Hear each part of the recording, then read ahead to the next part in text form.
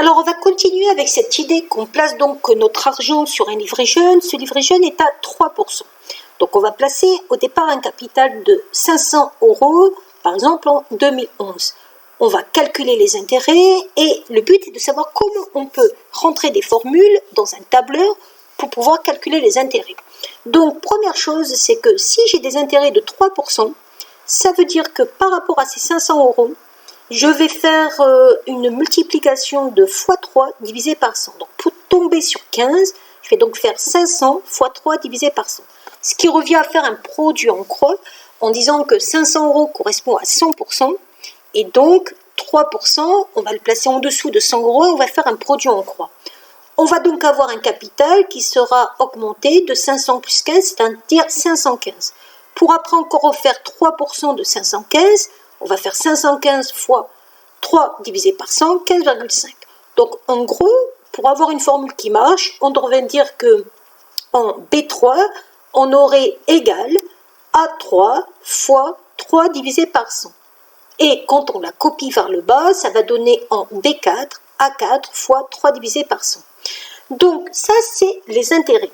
Mais il faut que j'arrive à trouver une façon de trouver directement le capital au bout de 1, 2, 3, X années.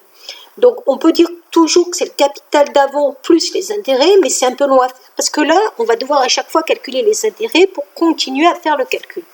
En vrai, on va se rendre compte que pour pouvoir faire le capital directement, on va utiliser la notion de coefficient multiplicateur. En gros, si j'ai 500 € que je place sur un livret à 3% annuel, chaque année, votre capital sera multiplié par 1 plus 3 sur 100, c'est-à-dire 1,03, que le coefficient multiplicateur. Alors pourquoi 1 plus 3 sur 100 ? Tout simplement parce que le capital de départ est compté une fois et on ajoute à ce capital de départ les 3% de ce capital.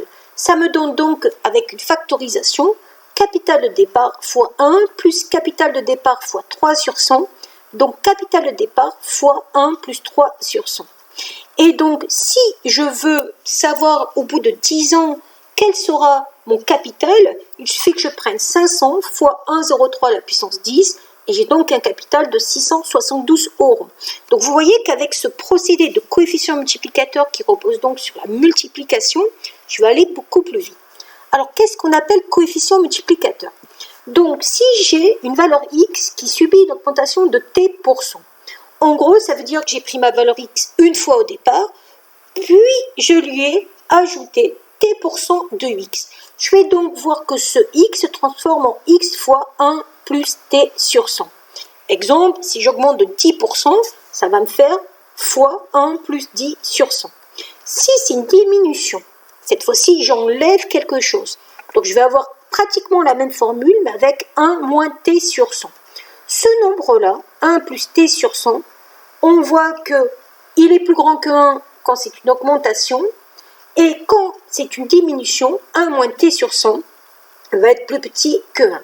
Ça s'appelle un coefficient multiplicateur. Alors ça porte bien son nom. En mathématiques, on n'est pas très original. On multiplie la valeur de départ par ce nombre, donc coefficient multiplicateur. Ce nombre, lorsqu'il est plus grand que 1, c'est une augmentation. Lorsqu'il est plus petit que 1, c'est une diminution. Par exemple, si je multiplie par 0,8, je diminue le nombre et j'aurai même une diminution de 20%. Alors, pourquoi 20% ? Parce que 1 moins 0,8, ça fait 0,2 fois 100, 20%. Alors, une façon de trouver un coefficient multiplicateur, c'est de prendre le nombre d'arrivées, par exemple y, et le diviser par le nombre de départ x. Ça, c'est une première façon.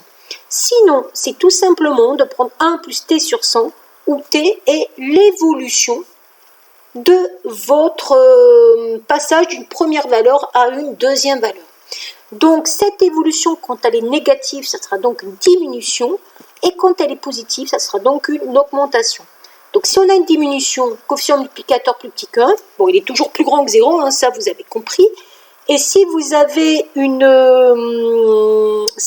donc un t positif, une évolution positive, coefficient multiplicateur plus grand que 1. Donc, en gros, un coefficient multiplicateur qui fait 2, ça veut dire que vous avez multiplié votre valeur de départ par 2. Donc, vous avez votre valeur de départ plus votre valeur de départ. Ça correspond à une augmentation de 100%. Alors, comment on va appliquer ça? Je vais vous le montrer avec la première application. J'ai des soldes en juillet, je fais une première démarque de 50%. Ça veut dire que mon premier coefficient multiplicateur, il est de 1 moins 50 sur 100, 0,5. C'est plus petit que 1, c'est normal, c'est une solde. Je fais une deuxième démarque de 20%. Mon deuxième coefficient multiplicateur, il est de 1 moins 20 sur 100, 0,8. Pareil, plus petit que 1. Donc ça, c'est le début. Alors pourquoi c'est intéressant ces coefficients multiplicateurs? Parce que comme ils portent bien leur nom, quand on va faire des évolutions successives, donc une baisse de 50% puis une baisse de 20%, on va pouvoir les multiplier. On aura donc la notion de coefficient multiplicateur global qui correspondra en fin de compte à la multiplication du premier coefficient multiplicateur par le second coefficient multiplicateur. Ici on fait 0,5 fois 0,8, ça fait 0,4. Et à partir de là, comme vous savez que le coefficient multiplicateur c'est 1 plus t sur 100, il suffit de faire passer le 1 du côté du coefficient multiplicateur en faisant moins 1, donc ça va faire 0,4 moins 1, puis le diviser par 100, de le faire passer de l'autre côté en faisant fois 100, et vous aurez votre taux global, c'est-à-dire votre évolution. Donc ici, par exemple, on voit que quand vous avez baissé de 50% puis de 20%, ça correspond à une baisse de 60%. Donc faites attention, quand des évolutions se suivent, elles ne s'ajoutent pas, mais tout simplement parce que le prix a bougé et donc on ne peut pas ajouter ces pourcentages. On n'a pas fait 50 plus 20, 70, donc ça baisse de 70. Et ça, c'est intéressant parce que quand vous avez à la fois ce taux global ou le coefficient multiplicateur global, vous pouvez trouver le prix de départ quand vous avez le prix soldé. Donc imaginons qu'on a un prix soldé de 24 €. Vous savez qu'il a subi les deux évolutions, donc en gros, le nombre de départ, il a été multiplié par le coefficient global pour arriver au nombre d'arrivées. Là, c'est assez facile. Si vous voulez le nombre de départ, vu que là, vous aviez multiplié par 0,4, il suffira de faire 24 divisé par 0,4, c'est-à-dire le prix final divisé par le coefficient multiplicateur global, et vous aurez donc un prix de départ de 60 €. Je vais terminer par rapport à ces coefficients multiplicateurs avec l'application 2.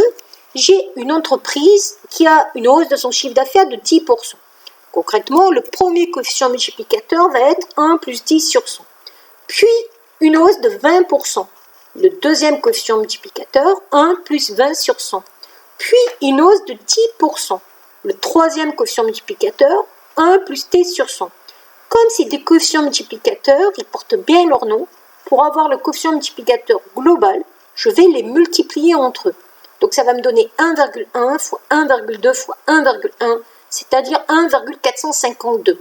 Ça correspond à une augmentation puisque c'est plus grand que 1. Or, je sais que le coefficient multiplicateur, c'est 1 plus t sur 100, où t est l'évolution ici globale. Donc je vais faire passer le 1, ça va devenir moins 1, donc 1,452 moins 1. Je vais faire passer le divisé par 100, ça va faire fois 100. J'ai donc un taux global de 45,2%. Toujours pareil, on n'a pas fait 10 plus 20 plus 10, puisque les sommes ont varié. Et donc, qu'est-ce que vous devez retenir?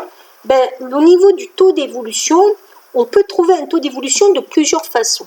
Soit vous pouvez dire que le taux d'évolution, c'est la variation entre la première valeur et la deuxième valeur par rapport à la valeur de départ. Donc, y2 moins y1 sur y1. Ça, c'est en version décimale. Si vous le voulez en pourcentage, il faudra multiplier par 100. On utilise aussi cette formule, valeur d'arrivée VA moins valeur de départ sur valeur de départ fois 100. Si ce taux est plus grand que 0, ça sera une hausse. Si ce taux est plus petit que 0, ça sera une baisse. Plus 10%, moins 10%. Et pour avoir des évolutions successives, on va toujours partir sur l'idée de départ, c'est qu'une première évolution correspond à un coefficient multiplicateur de 1 plus T1 ou 1 plus T1 sur 100, ça dépend si vous êtes en pourcentage ou pas. On les multiplie entre eux et ça donne ce qu'on appelle le coefficient multiplicateur global. Alors par rapport à l'application 3, voilà un exercice où vous allez pouvoir appliquer la formule de valeur d'arrivée moins valeur de départ sur valeur de départ fois 100. J'ai un prix de départ qui valait 20 €. Un prix d'arrivée qui est de 30 €. Quel est le taux d'évolution? On prend 30 moins 20, c'est-à-dire l'écart entre la valeur de départ et la valeur d'arrivée, divisé par la valeur d'arrivée, puisqu'on compare par rapport à la valeur d'arrivée, fois 100, ça donne 50%. Voilà.